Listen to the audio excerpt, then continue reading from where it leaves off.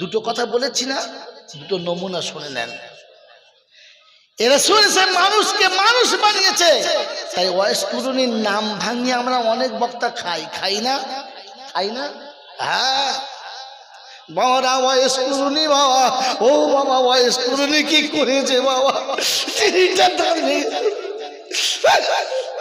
চোখে পানিও নাই, নাকে পোঁটাও নাই, তার মানে ভ্যাকারি ফেরিওয়ালা মা। কি বললেন বলো? পাড়ার ওই মা থেকে শুরু করছে কড়া খুন্তি ঝোড়া ধুতি বাদাম একদম ফেকিয়ে মাথা করে দিয়েছে। বাড়িওয়ালা বুঝুক আর নাই বুঝুক, পাড়ার মেয়েরা বুঝেছে, ফেরিওয়ালা ঢুকেছে। বুঝলো? আমাদের দেশে ওরকম ফেরিওয়ালা আছে, শুরু করলো তো এমন টান মেরে শুরু করলো, সে শালা টান আর পুরোয় না, তখন বুঝতে হবে মাল ওই ফেরিওয়ালা মাল। তাক করছেন?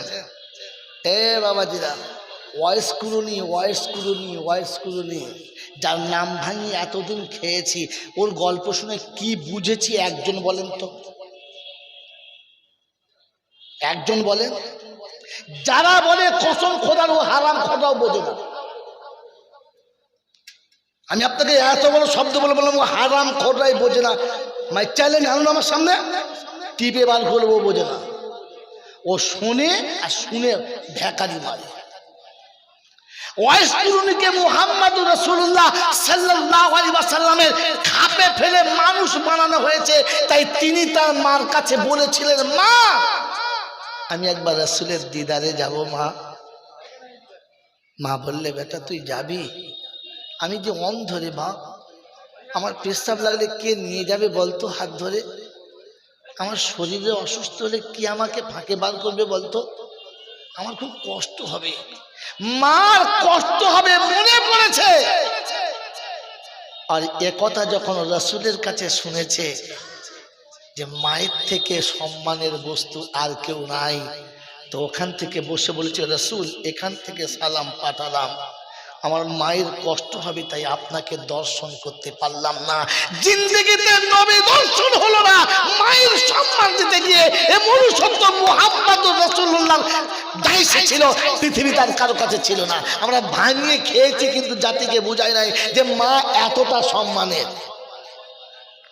জিন্দেগিতে সারা হারাম করে মায়ের মুখ দেখে না, ও হুজুরের দর্শন করতে, হুজুর এই ফেরেশতা বলছে বাঁশ চেঁচে তোর জন্য ধুয়ে রেখেছি, ধুনে দেবো চক।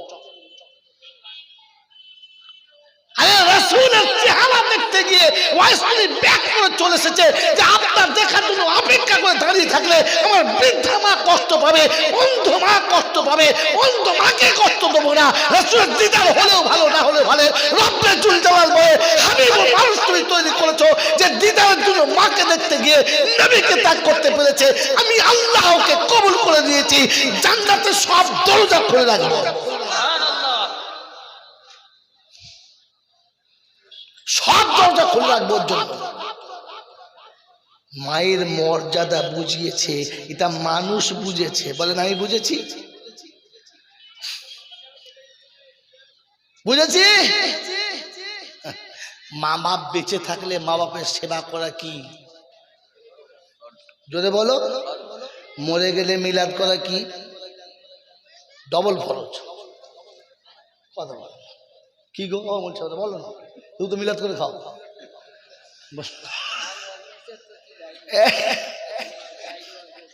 কিরকম লোক দেখ, বিয়ের দিনে মেয়ের নানা জিজ্ঞেস করছে ছেলেকে, পড়াশোনা করেছে বললে মাধ্যমিক পাস, তাহলে তো ভালোই পড়েছে। অঙ্ক কেমন? বলে অঙ্কে তো 100 পেয়েছে। আচ্ছা ঠিক আছে। বলছে বাবা 1 কেজি বেগুন 2.5 টাকা হলে 40 কেজির দাম কত? ওখানে মাথা চুলকে বলছে কালো বেগুন না সাদা বেগুন। সেই দলের লোক বলছে আমি মিলাদ পড়তে যাই না। হে বাবাজি, পড়তে যান আর না যান, আপনি আলেম মানুষ, আপনাকে লোকে জিজ্ঞাসা করবে। মা বাপ বেঁচে থাকতে মা বাপের সেবা করা ফরজ, মরে যাবার পরে মিলাদ করা মুস্তাহাসান, সুন্নত নয়, ওয়াজিব নয়, কিচ্ছু নাই। আপনি ভালো কাজ করতে পারেন। জিন্দেগিতে মাকে ভালো করে দুদানা খাওয়ালো না, এ হারাম খরচ করে মৌলবীকে মোটা মোটা মাছ খাওয়ায়। ও হুজুর আপনি খান, বাবাজি আপনি খান। ফেরেশতা বলছে আল্লাহ এর এটা বাবা, তাহলে মরে যেটা ওটা কে? ফেরেশতা চিন্তা করতে ওর বাপ বুঝতে পারি নাই। তারপর আবার একটা যে সেটাও বাবা, বলছো আল্লাহ এটাও বাবা। এর এতগুলো চাপা ছিল বাবা বুঝতে পারি না, ওর বাবা মরে গেছে, সব বাবা বেরিয়ে পড়েছে। একটা বাবা মরেছে আর 10টা বাবা বেরিয়ে পড়েছে। তো ফেরেশতা বলছে সর্বনাশ, গোপনীয় কি করে বাবা ছিল? আপনাকে ভাবা দরকার, যে মিলাদে যেটা খাইয়েছে, 40-এর মিলাদে যেটা খরচা করেছে, চাহারামের মিলাদে যেটা খরচা করেছেন, বাপ মরে গেলে যে 10 হাড়ি রান্না করে লোককে খাইয়েছেন, কাউকে খাওয়াতে হবে না, কাউকে খাওয়াতে হবে না। ওই টাকা কটা জমা রাখুন, বৃদ্ধ পিতা মাতাকে সেবা করুন, ও শান্তি হয়ে হাসতে হাসতে মরে যাবে। তো শুনে রেখে দিয়ে রব্বে জুল জালাল বলে মা চলে যাবে, আমার রহমতের আঁচল তোর উপর থেকে চলে যাবে না। মা একটা ট্যাবলেট পায় না, কাউ কাউ চ একটা সিরাপের বোতল আনি না বাপ, কেসে কেসে মরে গেল, সিরাপটা বেছে নেবো দেবো, যাও আনবান করতে করতে শীত চলে গেল, সিরাপ আর এলো না, মা মরে গেছে। এখন বড় জুস এনেছে, মৌলবীদের তলা দিয়ে জুস দিচ্ছে, ফেরেশতা বলছে তোর জুস বার করবো চ। মা একটা সিরাপের জন্য কেঁদে কেঁদে মরে গেল, এখন জুসের বোতল এলো। আমার বাবাজির, আমার সোনার চাঁদ বন্ধু, আমার আল্লাহওয়ালা ভাইরা, এই মানুষকে মনুষ্যত্ব ফিরিয়ে দেবার জন্য যে ডাইসটা আল্লাহ দিয়েছেন, ওর ডাইসটার নাম হলো মুহাম্মাদুর, যদি বলেন মুহাম্মাদুর রাসূলুল্লাহ। মেরে মোহতরম দোস্তর বুজুর্গ আল্লাহওয়ালা ভাইরা, জ্ঞানীজনরা সুদী মানুষরা, এই জন্য শোনাচ্ছিলাম যে আল্লাহ পাক আপনাকে আমাকে একটা আমল দিয়েছে, যে আমলটা কিয়ামতের পরও শেষ হবে না। বলতে পারলেন না? পারলেন বলতে? ওই আমলটা আল্লাহ পাক নিজের তরফ থেকে শুরু করেছে। নামাজ, রোজা, হজ, যাকাত, সাদকা, খায়রাত, দান যা কিছু আছে সব বান্দাকে দিয়ে দিয়েছে, আর একটা নিজের কাছে রেখেছে। ও আমলটা কি? যারা পরে তারাই বোঝে না, এই জন্য নিজে বোঝো, পরে জাতিকে বুঝাও। ওলামাদের কাছে যাও, ওলামাদের কাছে যাও, খালি হলার দেখে জলসা শুনতে যেও না, ওলামাদের কাছে যাও। কোরআন চলছে ইন্নাল্লাহা ওয়া মালাইকাতাহু ইউসাল্লুনা আলান নবী ইয়া আইয়ুহাল্লাযীনা আমানু সাল্লু আলাইহি ওয়া সাল্লিমু তাসলিমা। বিশ্ববাসী শুনে রাখো, আপনি নামাজি মরে যাবেন, নামাজ বন্ধ। আপনি মরে গেলে রোজা বন্ধ। হ্যাঁ না বলেন?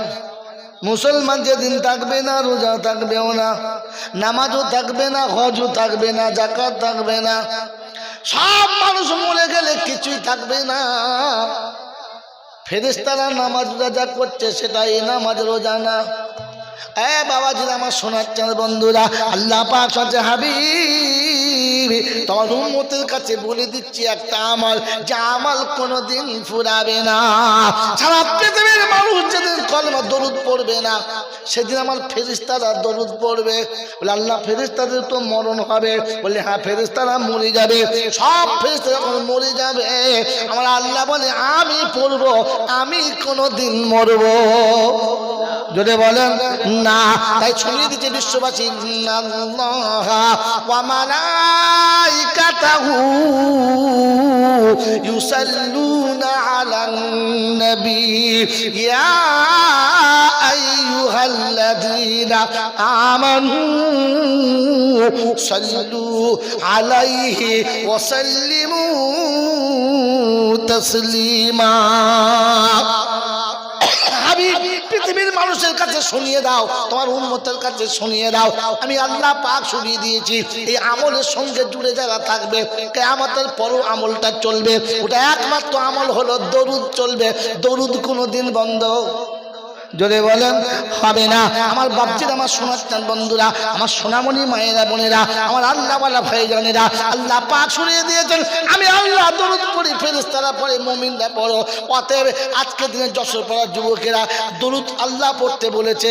কে পড়তে বলেছে? জোরে বলো। আল্লাহ। শুধু মৌলুদের বলেছে, আপনাদের বলে নাই? আপনাদের বলেছে? আপনাদের বলেছে? শুধু মৌলচাবদের?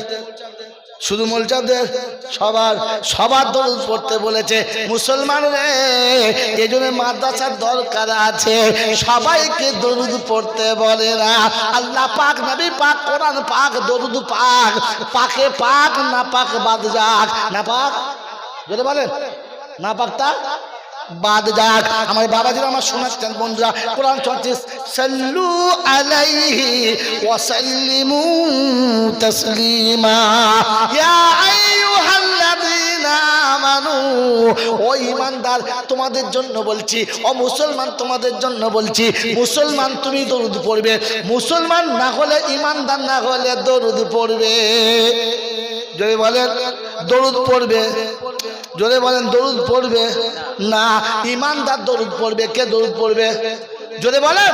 ঈমানদারকে পড়তে বলেছে, মুসলমানকে পড়তে বলেছে। আমার বাপজিরা, আমার শোনাচ্ছেন বন্ধুরা, মুসলমান চেনার একটা নমুনা বলো, চট করে চিনবো কি করে এটা মুসলমানের ছেলে? কি করে চিনবো মুসলমান বলে? বলো, মুসলমান বলে কি করে চিনবো বলো? জানেন না? হ্যাঁ না বলেন, জোরে বলেন হ্যাঁ না। আমরা সবাই মুসলমানের কথা সত্য না মিথ্যা? জোরে বলেন, আমরা সত্য না মিথ্যা? আমরা সবাই মুসলমান। কি করে মুসলমান বুঝবো বলো বাপজিরা, সোনারা, লালেরা, আমার আল্লাহওয়ালা ভাইরা? পৃথিবীতে ডাক্তারের বিবির পেটে যে বাচ্চাটা হয়, ওই বাচ্চাটা জন্মসূত্রে ডাক্তার হয়। হ্যাঁ না? বলছে হ্যাঁ। কথা শুনে বলছি না সোনারা বলছিস? কথা বোঝে নাই বাবাজি। ডাক্তার জন্ম দিলে ডাক্তারের বিবির পেটের বাচ্চাটা ডাক্তার হয়।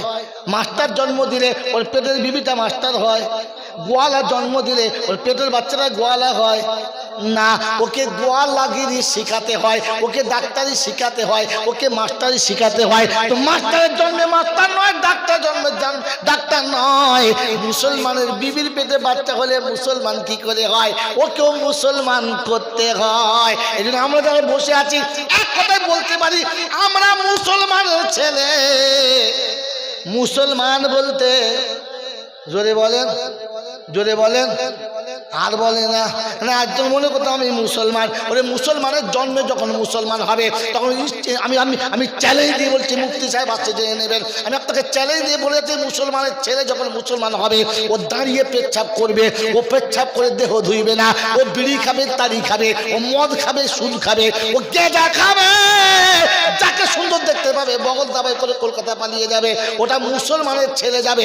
মুসলমান কোনোদিন যাবে।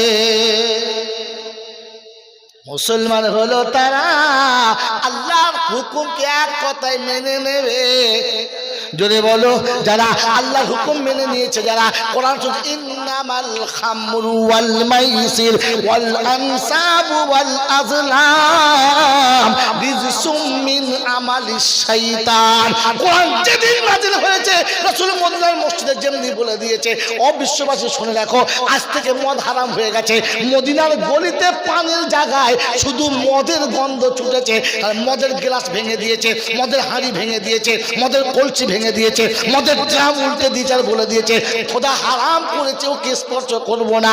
মুসলমান কখনো হারাম খেতে, মুসলমান কখনো হারাম খেতে যদি বলো পারে না। তবে লটারির টিকিট বিসমিল্লাহ বলে কাটতে পারে। কেন সারাদিন ধরে মুটেগিরি করেছে, এর তার বোঝা বয়ে 200 টাকা যেমনি হয়েছে, সন্ধ্যেবেলায় বাড়ি আসার সময় 30 টাকা দিয়ে 3টে টিকিট কাটছে, বলছে বিসমিল্লাহ আল্লাহ পড়লে কালকে মিলাদ দেবো। নিয়ত কত সুন্দর দেখুন, যে লটারির টিকিট পড়লে মিলাদ দেবো, আমি জাহান্নামে যাব মৌলবি তোকে সাথে করে। এটা মুসলমান, এটা মুসলমানের ছেলে। এটা কি মুসলমানের ছেলে যখন মুসলমান হবে ও শুনে যখন জমির আল অটোমেটিক কেটে কেটে বাড়াবে।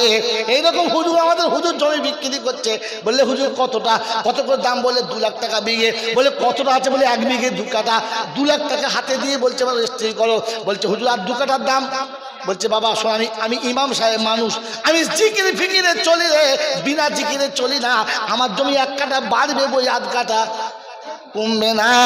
আসরের নামাজ পড়ে মৌল সাহেবরা বলছে 3 তাসবিহ পড়তে হয়, ওই জন্য হাতে কোদাল নিয়ে জমির আলে চলে যায়, সুবহানাল্লাহ 1 কোপ, আলহামদুলিল্লাহ আর 1 কোপ, প্রতি বছর ধরে এমনি করে কোপ মেরে মেরে কাটছি।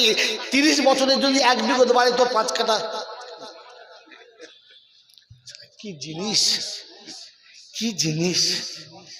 এটা মুসলমানের ছেলে, এটাকে মুসলমানের ছেলে, তাই আল কেটে জমি বাড়িয়ে নিলে মুসলমানের ছেলে, তাই বাপের কাছ থেকে টিপ দিয়ে ভিটে বাড়ি সব নিজের নামে করে নিলে, এটা মুসলমানের ছেলে।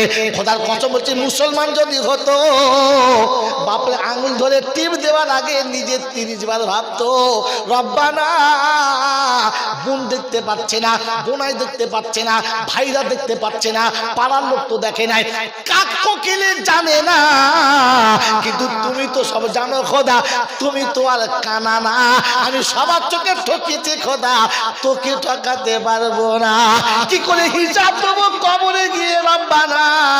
তাই আব্দুল কাদের জিলানীর নানা, তাই আব্দুল কাদের জিলানীর নানা, তাই আব্দুল কাদের জিলানীর নানা চাষ করছে ফলের বাগান একখানা, বাপ বসে বসে নামাজ পড়ছে, কোথায় পেটের যন্ত্রণা, একটা পচা ফল কুড়িয়ে খেয়ে বলেছে রব্বানা মালিককে বলে খাওয়া হলো না, কিয়ামতে হিসাব দিলে আমি হিসাব দিতে পারবো না। পচা ফল খেয়ে সারা জীবন গোলামি করে চলে গেছে, তবু পচা ফলের দাম আদায় না করে মরে না, এটা মুসলমানের নমুনা। আরে তো শাশুড়ি টুটে দিবে পাকার পিঠে খায়, জীবনে শাশুড়িকে একটা রুমাল কিনে দেয় না, এ হারাম করে মুসলমানের ছেলে মরার আগে মুসলমান হয়ে মরল না।